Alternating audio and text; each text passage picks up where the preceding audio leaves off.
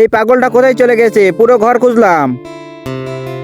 মা ওইদিকে দেখো, তোকে পুরো বাড়ি খুঁজলাম, তুই এখানে কি করতেছিস? ভাইয়া মা চুপ করো। আরে পাগল বল, এখানে বসে থেকে কি করতেছিস? আরে ধীরে ধীরে কি বলতেছোস? আরে চুপ করো ভাই।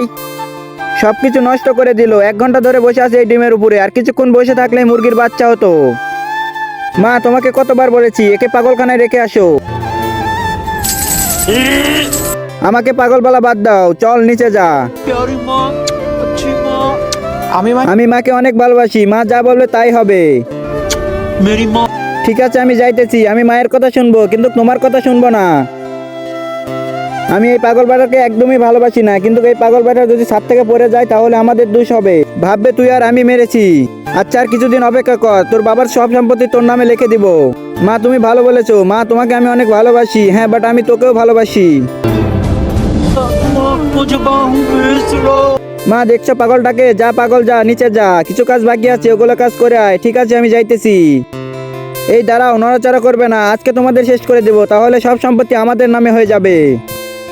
এই পাগল হ্যাট হ্যাট হ্যাট। এই বুড়ি, আজকে আমার হাত থেকে কে বাঁচাবে তোকে? আপনার আঙ্গুলটা কি সত্যি পচে যাবে আমার এই পবিত্র কোরআনকে একটা লাইক, একটা কমেন্ট আর একটা শেয়ার করলে? ঠিক আছে তোর মাকে ছেড়ে দিচ্ছি, কিন্তু তুই কি তোর মায়ের বদলে মরতে পারবি? আরে না না, আমাকে মেরো না, তুমি যা ইচ্ছা করো। এ ডাকাত, তুমি আমার মাকে ছেড়ে দাও। বেটা তুই আমার সাথে এটা কি করলি? हाँ पुलिस। আরে আমার বাচ্চা আমাকে বাঁচাতে গিয়ে গুলি খেয়েছে। বন্ধুরা মাকে ভালোবাসলে ভিডিওতে লাইক দিয়ে চ্যানেলটিকে সাবস্ক্রাইব করে দাও।